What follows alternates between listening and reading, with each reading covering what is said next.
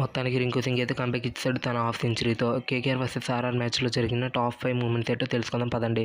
First number 1 RR ఏమో batting దిగి power ప్లేలో ఏమో 63 రన్స్ బాధేశారు. దాంతో ఏమో జైస్వాల్ ఏమో 39 runs, Vaibhav Suryavanshi 46 runs. Number 2 దాంతో ఏమో ఆర్ఆర్ బౌలర్స్ కంబ్యాక్ ఇచ్చారు. వరుణ్ చక్రవర్తి 3 wickets, Sunil Narayan 2 wickets. Last ఓవర్లో కార్తిక్ త్యాగి వచ్చేసి 3 వికెట్స్ తీసుకొని ఆర్ఆర్ స్కోర్ని 155 చేశారు.